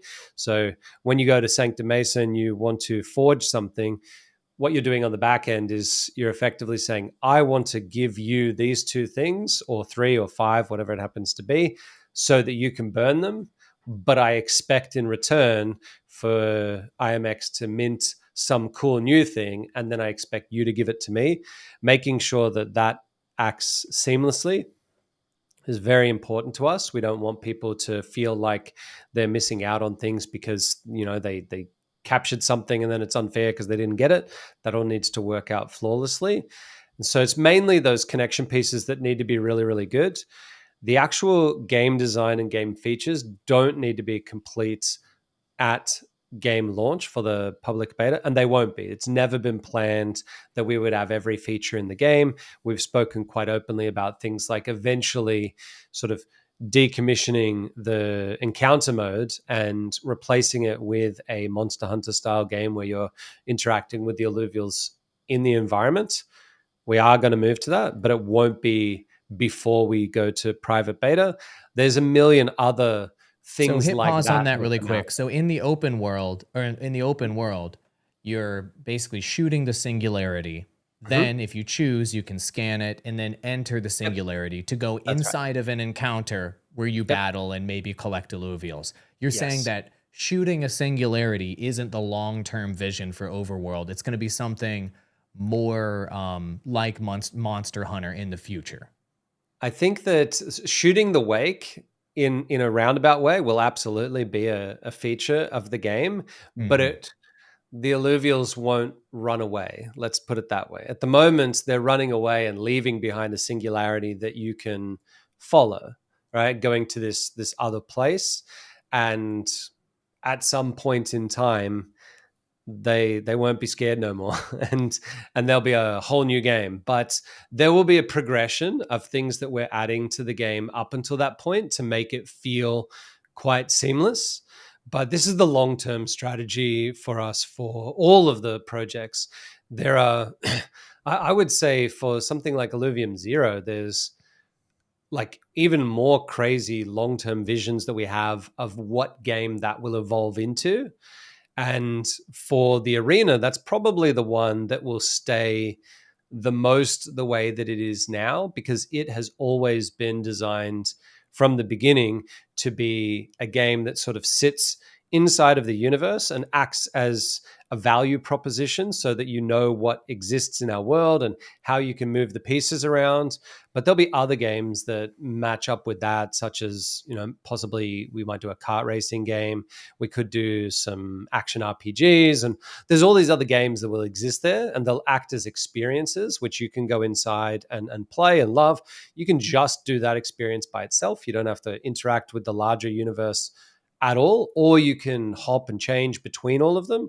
But for the public beta, we're talking about a solid version of each of those games as they exist now, but with all of the polish sitting there. And then from there, our work has only just begun, and we'll start adding all of these extra things, upgrading the games until they feel like V2, V3, and then eventually they'll feel like an expansion. And all of these sort of things will grow out of there. And what we're hoping people start to get is that the actual RPG that we're building is not Overworld, it's not Illuvium Zero, it's not Arena. The RPG that you experience is that whole ecosystem. It's just an RPG split into maybe 8 different games. And that's something that no one's ever seen before, and that I'm super excited to show you guys. Wow, that's so cool. Really quick, before we go, I mean, you really cut into some visionary items there in terms of where Illuvium's going. Aaron always mentions Illuvicart or an Illuvium cart game. Kieran, do you concur, Doctor? Like, is that a top of a list game for you in terms of, this interoperable blockchain suite? What do you think, dude? Yeah, definitely. Either that or tower defense or the dungeon crawler. I mean, we've basically, look, at the end of the day, it goes back to the community anyway, right? All we can do is present a very good use case for why we think a cart style game is good for our IP, or a dungeon crawler, or a MOBA, or whatever other crazy and wonderful ideas that Aaron can come up with, and the game design team. But it always, from our perspective, if we could have it our way, it always draws back on the games that we used to play while growing up. Those nostalgic games that just gave us the feels of, like, I mean, GoldenEye comes to mind. There's so many games that we played, but yeah, I mean, a kart racing game. What do you reckon, Aaron? How many hours do you reckon we played Mario Kart for in total? Oh, I've got everything gold in Mario Kart, so yeah, I've played a lot. But the thing that people should, I think, understand by now is the ones that I push the hardest to the community are probably the ones that are coming the latest down the line. There are certainly some games that we could do that leverage the current assets and the current designs that we have a lot better. And anyone who knows me inside of the team knows that I'm all about efficiency.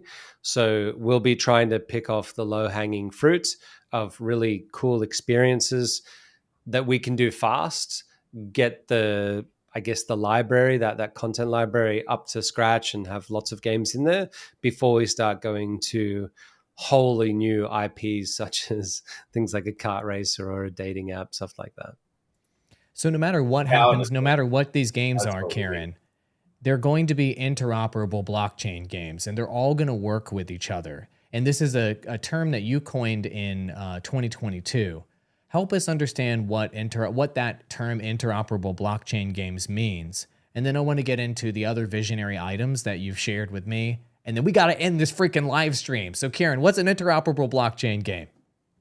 So it's essentially a series of genres of games that are inside the same universe, utilizing the same IP and the same assets. So in our case, we have NFTs, and so right now you go out into the overworld, and the Illuvials that you're catching, that they are what you use to go into Illuvium Arena and start battling.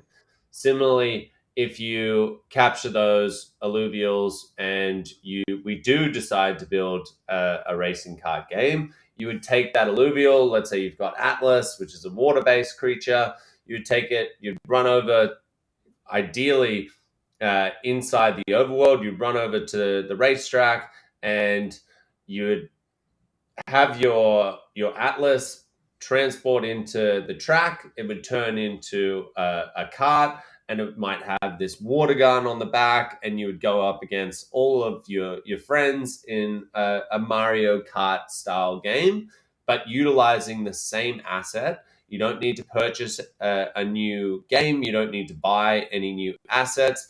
All you need to do is go into the overworld and capture those Illuvials. So that's where it all starts, is in the overworld. And then with any of these assets, you can take them into the next game, the next game. They're all interoperable. As Aaron was saying, one might be super OP in one game, and then it might be a little bit of a dud in the next game, right? You might take it into the dungeon crawler, and it's nowhere near as effective as what it is in the kart racing style game. Can't have the same balance across all of these different games, obviously. Different balance, different games, different attributes, different games. But each character is going to retain its essence, right, as it moves across titles. Similar to how Mario, in all of Mario games, he's thoroughly average at everything, whether he's playing tennis, driving a cart, or jumping around in a platformer, right? That's exactly right. We have a thing called the random stats for each character, and it comes from this one unique ID that you'll get at the time of minting. That unique ID will work out what your random stats are in every game that we have and every game that we will have into the future. So you can have stats for a particular character, like your Atlas might be slightly better at a particular thing in one game, and you don't even know it, but in 10 years time there's going to be another game and he might be super powerful in that particular one. That's going to be exciting. But I think probably the more exciting thing for me is that once all of these games start to interconnect, we'll start to have situations like selenium shortages because people want to get the slick wheels that work really well on Brightland Steps track for the Illuvicart game, or it could be that there's a particular weapon that works out really well in some sort of a dungeon crawler that requires a particular gem or resource. And so now all these other people who need it for their game don't have access to it because you're buying all of it to make it for this particular item. And then there becomes item shortages and all sorts of things. And it's that interconnection that sits above all of the games that people are going to absolutely lose their mind for. I love it. And we have even more visionary goals we're going to share with you. I can tell you guys are both losing your voice, so let's just get through these really quick, but we have to share these ideas. Kieran, I know a lot of these were coming from you, and these are projects that are being driven by you and the marketing team, partnerships team. We're talking about visionary goals like partnering with top-tier brands. You mentioned a few examples earlier. Things like Netflix series and movies are visionary goals that Grant and I have talked about extensively on Illuvium Showcase. And I've even spoken about large-scale esports, and even IlluvaFest is on the list here. So, Kieran, partnerships with brands, I think we understand that. The potential of this IP to be used with in shows, I think we understand that as well. Let's dive into large-scale esports. What's your vision? What's your dream here with the competitive aspects of Illuvium? What's that kind of end state where you're like, oh yeah, baby, we did it? So it ties into IlluvaFest, right? Like where we want to have, obviously there's going to be multiple different competitions that we have in Illuvium using the arena game, but we want to have our own in real life event at some stage. I'm hoping that we can get it done in 2023. But essentially, what that will be is a culmination of different DeFi and crypto experts that come in, and your standard conference where they're talking about all of the new innovations in DeFi and crypto, and so you get that educational piece. Then there's the entertainment piece where we've got a lot of connections to big artists. Funnily enough, a lot of them have ILV, and so they're very keen. They've heard about the festival that we're thinking about putting on, and they want to be a part of that. And then Aaron's idea was to fit in, if we're going to have this massive event, why not fit our marquee esports event where we have that prize money that we've been talking about, where we're going to break the record for the largest amount of prize money given in any esports tournament. Why not have that inside of this Illuva Fest and get millions of eyeballs on this just purely because we've got such a high ticket of prize money, but not just that, also adding in the fact that we have hundreds of different artists that are sharing out, hey, Illuva Fest is here. This is what it's all about. You got to go and play Illuvium. Then you've got on the other side from the Web3, you've got the biggest names in crypto who are going out and saying this festival was insane. They went next level on all of this entertainment stuff, which not many conferences do. It's either a conference or it's a festival, and there's maybe 1-2 festivals, and I even have ideas on how to make those better. And so mashing it all together in one annual event that we do is a big marketing play for us. And I think that's how we're going to start to, when you see your favorite artist out there and you have no idea what crypto is, and then you start looking into it, where is he playing, or where is she DJing or whatever, and then you start going, okay, well, oh, it's a game, right? That's cool. Like, is this the next Pokemon? Is this the next Fortnite? Like, what's the deal there? And then you realize, oh wow, this is actually a crypto game. So it's that gradual nudge into mainstream adoption that we're looking for by putting on these large scale events and utilizing your tier 5 land plot. Very cool. I love that vision for Illuva Fest, and it makes sense. Some of the most successful in real life gaming events I've ever attended, and I've produced content in esports for BlizzCon.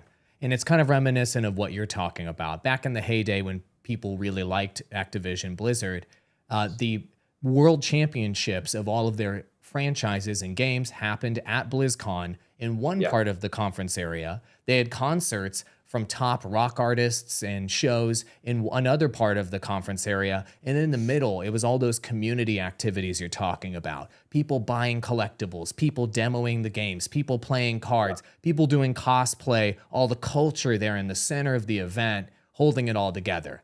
That type of model for Illuva Fest makes perfect sense to me. Anything you'd like to add to these visionary goals, Aaron? Otherwise, we got to get out of here before I kill you guys.